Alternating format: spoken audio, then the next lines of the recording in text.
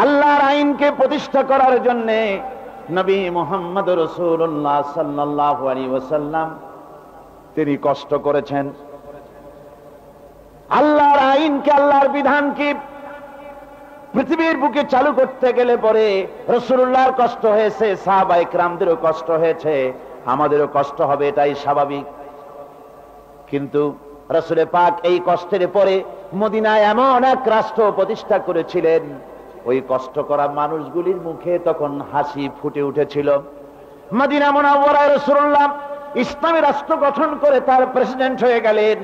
রাসূলুল্লাহ বললেন, খায়রুল কুরুন কারনি, সর্বশ্রেষ্ঠ যুগ হচ্ছে আমার যুগ। জোরে বলেন সুবহানাল্লাহ। চুরি নাই, ডাকাতি নাই, জেনা নাই, ব্যভিচার নাই, মানুষ দরজা খুলে ঘুমাবার সুযোগ পেয়েছে আজ। বলেন সুবহানাল্লাহ। তাহলে মুসলমান মাথায় কি ঢুকলো? রাসূলুল্লাহ যেখানে